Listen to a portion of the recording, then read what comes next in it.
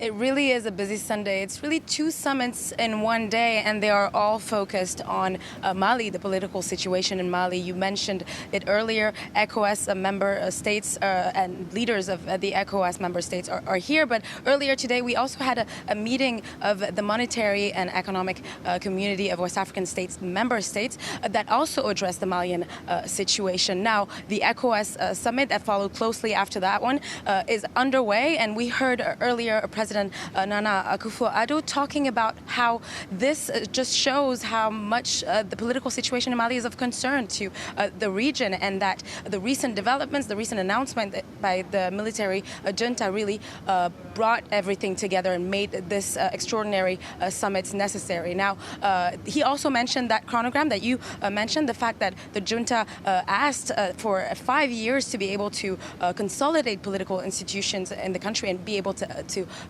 hold free and fair elections. That, of course, was not received well by members of the West African states, by leaders of the West African states. And now we found out that in the last few days, envoys from the Malian transitional government have come up with a new timeline, saying that they now need 4 years and not 5. Now, this timetable is currently being reviewed by West African leaders. Whether or not they will be okay with it, it's really unlikely. As you mentioned, we're expecting, and observers are expecting, sanctions, tougher sanctions to be imposed. Now, it's left to see whether or not those sanctions will be enough pressure for the transitional government to cave. Yeah, and on that last note, these sanctions, these wouldn't be the first sanctions, so more sanctions, what form would they take? Do we know any more on that angle?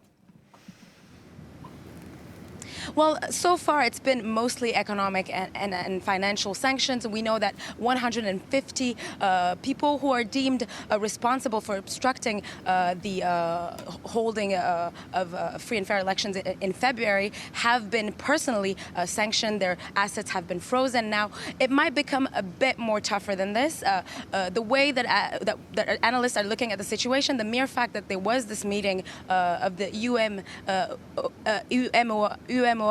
earlier today goes to show that there might be more happening. We know that the Central Bank of West African State has a big role to play for all countries that have the same currency, which is the CFA francs. And let's say that member states decide today that there can't be any transactions made with the Malian government, and that it asks for the Central Bank of West African States to cut all those transactions. Well, that might just mean that Mali will not have enough cash flow to, for instance, pay their public service workers, and that could mean, a paralysis of other sectors in the country. So we're looking at more tougher sections that could have, a big ripple effect on the general economy and social state of the country. Yeah, busy day. We're glad you're covering it for us, Hanan. Thank you very much, Hanan, for